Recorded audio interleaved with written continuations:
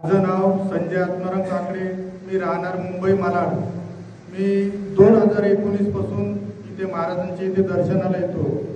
माझे अनुभव तर असे भरपूर आहेत। मी 2023 ला 16 एप्रिलला जालन्याहून समृद्धी महामार्गाने मुंबईला येत होतो। करमाडजवळ माझ्या गाडीचं राईट साईडचं पाठीमागचे टायर फुटले 90च्या स्पीडला।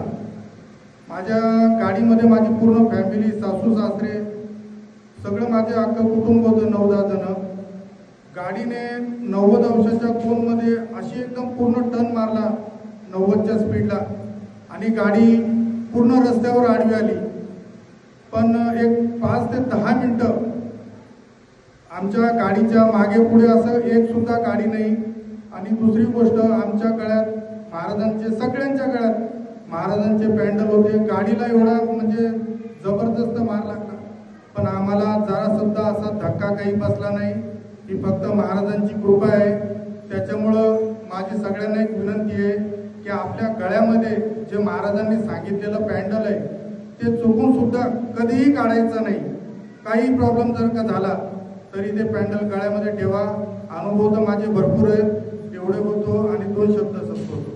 टाळ्यांच्या गजरात स्वागत